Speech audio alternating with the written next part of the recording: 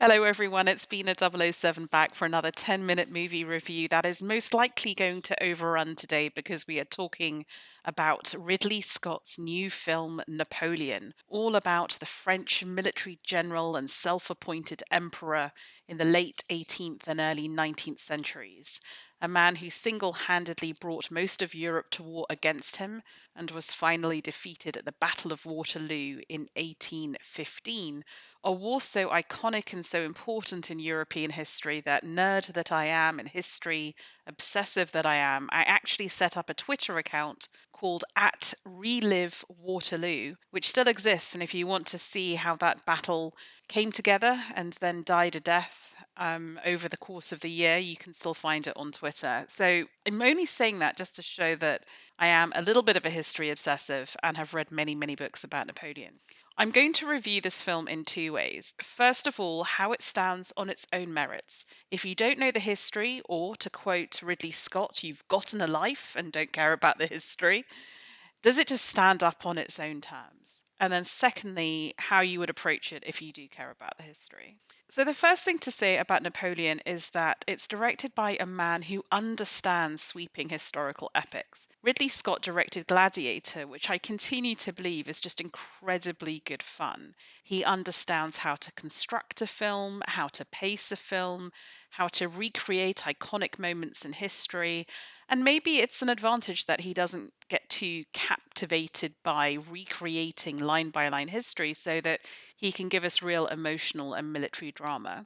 And on that basis, I think the film does succeed, at least in its battle scenes. There are four major battles that we see charting the course of Napoleon's life. And again, I think it's really admirable that Ridley Scott and his screenwriter David Scarpa, even in this shorter theatrical cut that's just over 2.5 hours, really do manage to give you a broad sweep of Napoleon's career. We join him as a young gunnery officer seeing Marie Antoinette get beheaded in the early 1790s, and we see him finally in his last big battle at Waterloo in 1815. The four battles that Ridley Scott chooses to show the charting of his success and failure. So we have the Battle of Toulon, which really sees a very young Napoleon make his name by capturing a port that the British are blockading. He seems to have a lifelong hatred of British ships, but it's really well done because it does show you the tactics of how they took the port and why he was unusual in the strategy that he wanted to employ. The second battle, I think, is really the standout, iconic sequence of the film. It's the Battle of Austerlitz that took place in 1805. It was France versus Russia and Austria. And I think most military historians would say that this is really Napoleon's most genius moment of tactics and arguably one of the best tactically fought battles in the wide sweep of history. And I think Ridley Scott beautifully shows you how the battle is formed, what the tactics are, without ever being didactic. It looks stunning. It's a frosty, wintry moment fought on ice in Austria, I think actually now the Czech Republic. And you really feel this evocative atmosphere. You feel the peril. It's just an unbelievably visually arresting battle sequence. And I honestly think it's worth going to the cinema to see that battle sequence on the big screen alone, even if you dismiss the entire rest of the film. So Austerlitz absolutely gets the place it deserves. The third battle that we see in the film is fast forwarding now to 1812. Napoleon is now an emperor. He has seized control of France and the French Empire. And rather than fighting defensive wars, because up until now he's just been fighting to protect his homeland against other people who would come against him, he's now fighting offensive wars. And he goes to war with Russia, approaching winter, which everyone will tell you is madness. And it's an absolute disaster. He loses hundreds of thousands of troops. And the seminal battle here is the Battle of Borodino, which you can watch recreated in the iconic film version of War and Peace, directed by Sergei Bondarchuk, who had the advantage of filming this during the Soviet Union, where he could basically tell the Red Army to give him all the troops and literally just recreate it. That is a truly, probably hands down, the best depiction of a battle on film. Unfortunately, or maybe fortunately, Ridley Scott doesn't even really attempt to recreate Borodino. He shows actually rather a visually arresting shot of Napoleon on horseback, saber in hand, but we don't really see the battle. And then I guess the major battle sequence after Austerlitz is Waterloo, which is, I think it's well done and for the time that he has. Because this is really the culmination of a 3-day battle. It's incredibly complicated, as my Twitter live feed will tell you. And I think Ridley Scott does a good way of showing us the sort of sequence of the infantry and the cavalry charges and why Wellington's tactics were superior and the relief when the Prussians turn up. I really think if you didn't know anything about the Battle of Waterloo, you'd have a good grasp of what happened and why it was significant in watching this sequence. And again, very well reenacted. I'm not sure where they got all the troops from, but I think it's really well done. It's no Bondarchuk, but I think, for modern filmmaking where we actually care about animal welfare for a start, I think it's incredibly well done. So for those people coming to the film wanting to see the great Napoleonic battles, the acme of success in Austerlitz, the stalemate in Borodino, and then the final defeat at Waterloo, you get that arc of military genius turned to military failure. I still don't think that the film would quite hang together though, because it's so quick. It tries to take in so much political change. I really wonder whether a neutral audience member who didn't know much of the history would have a clue what's going on. And why on earth is Russia now an enemy or an ally? What's going on with Austria? Why does all of Europe hate Napoleon? Why is he now an emperor? Who's staging a coup against whom? I think it sometimes when you reduce history to these iconic best of moments, it reads a little bit like 1066 and all that. And I can't remember who made the quotation, but history is just one damn thing after another. I did have a little bit that feeling with Napoleon that if you didn't know the context, it'd be just like, say what now? The other half of the film, and it really is half of the film, other than the military and the politics, is this apparently grand love story between Napoleon and Josephine. And I'm not entirely sure why Ridley Scott didn't name the film Napoleon and Josephine, because Vanessa Kirby as Josephine gets so much of the screen time. The real issue with this part of the film is that the dialogue is appalling. So that the audience I was watching this film with were literally laughing at the film when Josephine is seducing Joaquin Phoenix as Napoleon. And there are several dialogue moments all the way through that don't really make sense. I think we're meant to think this is an incredibly fiery, passionate, lustful relationship, that she truly is the love of his life, and this is what powers him through his political arc. In fact, the thesis of this film, I would argue, or the thesis of David Scarpa, is that when Napoleon was with Josephine, he was incredibly successful. And when he abandoned her because she couldn't give him a child and he needed to have an heir now that he's an emperor, that his failures came thereafter, which I think is like hugely reductive. Napoleon's success or failure is not about whether he's with or without Josephine. It's about whether he has allowed his military genius to be overwhelmed by his political egotism and his totalitarian instincts, right? It's nothing to do with Josephine. And poor Vanessa Kirby is just saddled with such hammy dialogue. Her character doesn't really develop. It's just a completely incredible, literally, relationship. And therefore, if you're hanging half of your film and the audience empathy on this relationship, it's really problematic that it's not engaging in the least. The other problem is casting. And I hate to say this because Joaquin Phoenix is phenomenal, I think, as Napoleon. He gets his brutish, kind of weary, sort of egomaniacal nature by the end of the film. The problem is that Joaquin Phoenix, I think, is in his late 40s, which is the age when Napoleon dies.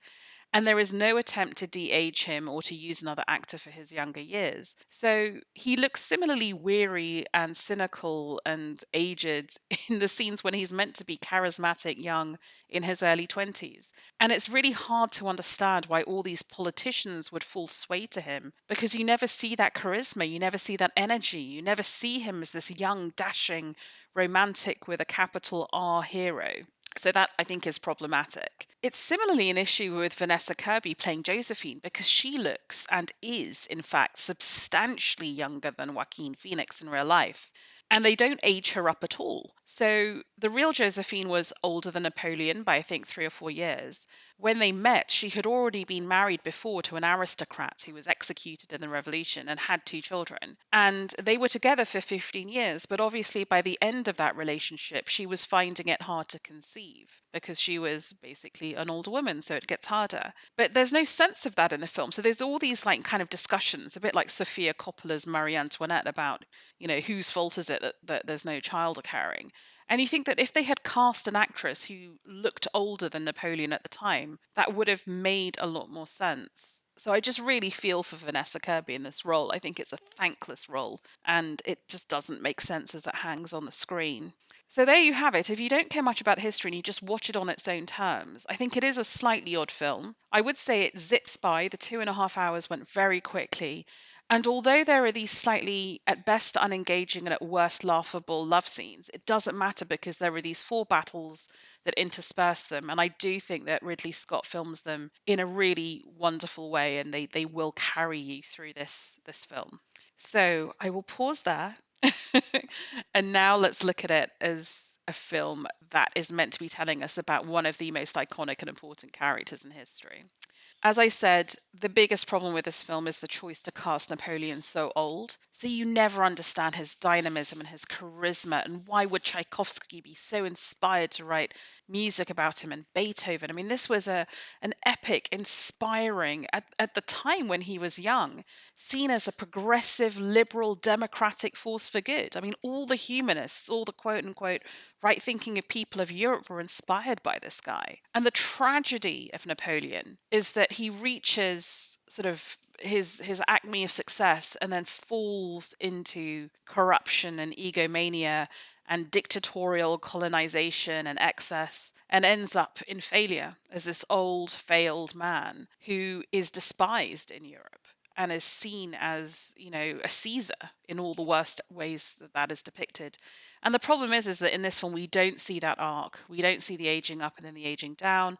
Given the technology that's available to us today, I'm just not sure why they didn't do that. All that changes with Napoleon is his haircut as we go through this film. I do think it's also problematic that because Napoleon is older, they therefore cast Rupert Everett, who I love, but as the Duke of Wellington. Now, it's a quirk of history that these two generals who fought each other for so long, their military careers go side by side and parallel until this final battle at Waterloo, that they were born on literally the same day. And you can do a very good side by side comparative history of the two, as I think Andrew Roberts has in one of his wonderful books. But Rupert Everett in real life is like 20 years older than Joaquin Phoenix and looks it. And it's a wonderful performance. It really is. Actually, I would argue it's the most compelling thing in this film after the Battle of Austerlitz. I just loved every time the Duke of Wellington was on screen. But it bears no resemblance to the real Duke of Wellington at the time as a soldier. He's rather pompous, he's rather self-confident. When the battle is won, he makes this very portentous sounding statement about the battle is mine and the war will now be over.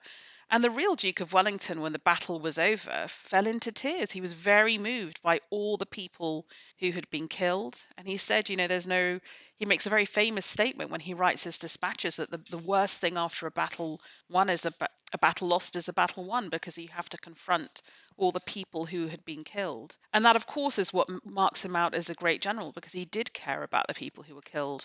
Whereas Napoleon, I feel by the end, this final march from Antibes to Paris to retake France and to fight a very personal battle at the Battle of Waterloo, did not care about the many thousands of people who died for him. So those are just two of the things that I think are slightly odd about this film historically. I mean, people will go through and nitpick all the other things that are obviously historically inane. Napoleon was not present at Marie Antoinette's execution. Napoleon did not personally have a meeting with the Duke of Wellington on the Bellerophon to discuss why he wasn't going to be allowed to be exiled in England. There are so many historical inaccuracies. Maybe the worst, actually, is Napoleon riding into battle with sabre out at Waterloo, as if the commanders in chiefs would ever be personally at risk in that way. Kind of insane. But I do think historically they get something right. I think they get right the weariness of Napoleon by the end. I think they get right his immature but maybe justified anger when he gets to Moscow and finds there's no one there to take his surrender. And I think they get right maybe his delusion at the end of Waterloo, thinking he would negotiate his surrender and imprisonment in England. I think he very much thought he was going to get to live out his years in the English countryside, hobnobbing with aristocrats and being a sort of, a notorious but rather great raconteur of some kind. So there are things they get right, but in general, I think the history is a little bit silly. But hey, Ridley Scott doesn't care about history. He holds history in contempt. From his recent interviews, it also sounds like he holds his audiences in contempt too. And nonetheless, he does seem to make rather captivating films. I will leave it there because I think this is but a holding place in this conversation. This is just the 2.5 hour theatrical cut of Napoleon. We're going to get, I think, a 4 hour cut on Apple TV at some point in the future, which hopefully will have more battles, will have more drama, will maybe make more sense out of the Napoleon Josephine relationship because you don't always just get the hysterical arguments and lovemaking and maybe get something more in between that feels more real. So let's suspend judgment until that. Ridley Scott director's cuts and extended cuts are always better and always make more sense of the theatrical cut. Nonetheless, and for all the criticism I've leveled at this film, I really want to encourage you to see it at the cinema if you love military history and if you love battles, because I honestly believe that the Battle of Austerlitz as depicted here is really worth seeing on a big screen with amazing audio because the sound design of it and actually the score I think is really well done. So I hope that's helped you understand a little bit of the upsides and downsides of the new Ridley Scott Napoleon. As I said, the film has a running time of 2 hours 40 minutes. It is rated R and is on global release as of this week. Thank you very much for listening.